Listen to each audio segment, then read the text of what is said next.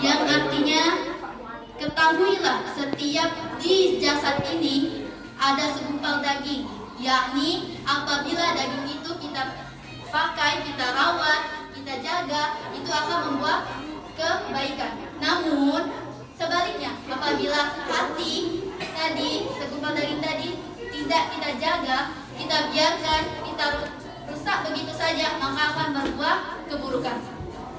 Dan di tausiah saya ini juga ada satu kisah, yakni tentang Al-Luqmanul Hakim.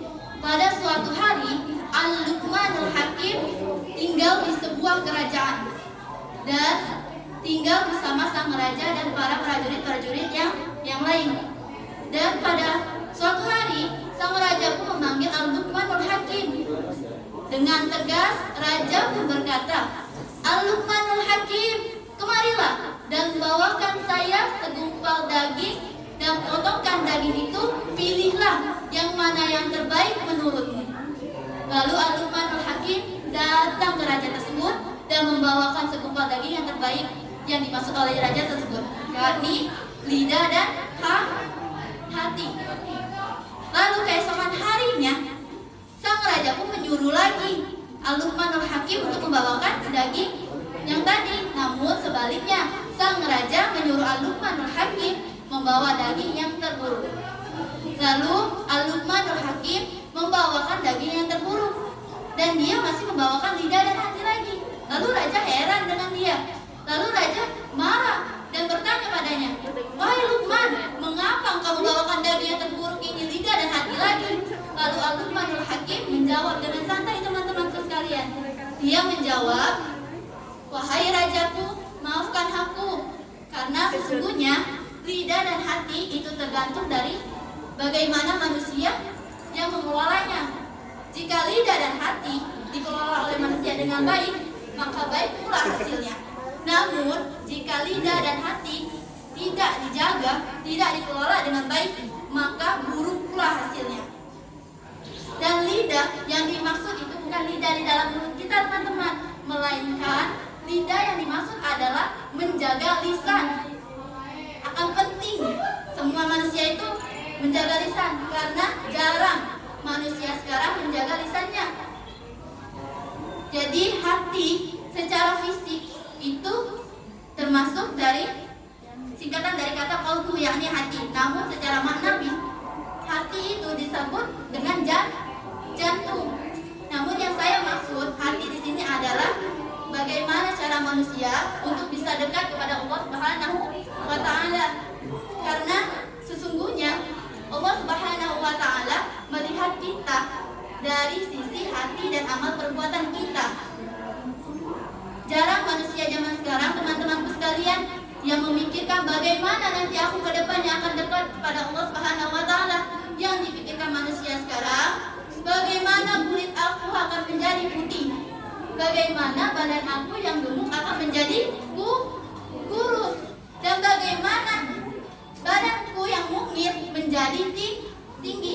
Namun dia lalai atas hal bagaimana dia menjaga dirinya agar senantiasa dekat dengan Allah Subhanahu wa Ta'ala. Dan bagaimana cara kita menjaga hati kita, yakni dengan cara bertaubatan nasuha dan senantiasa beristighfar kepada Allah Subhanahu wa Ta'ala. Karena ketahuilah teman-temanku sekalian, beristighfar itu bisa membuat Allah Subhanahu wa Ta'ala tersenyum. Dan beristighfar dengan bertaubatan nasuha itu adalah obat yang paling ampuh untuk diri kita.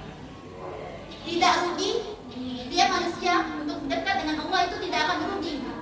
Itu akan menghasilkan keuntungan yang begitu banyak, kebahagiaan yang begitu luar biasa. Apapun yang kita mau, jika kita sudah dekat dengan Allah, jika kita sudah menjaga lisan kita, menjaga diri kita, menjaga hati kita, semua apa yang teman-teman sekalian inginkan, insya Allah akan dikabulkan oleh Allah. Jadi, saking pentingnya kita menjaga hati dan lisan kita, Allah akan membalas semua perbuatan kita. Untuk saat ini, untung masih di bulan suci Ramadan. Manfaatkanlah bulan yang penuh ampunan ini dengan bertaubatan kepada Allah Subhanahu wa Ta'ala.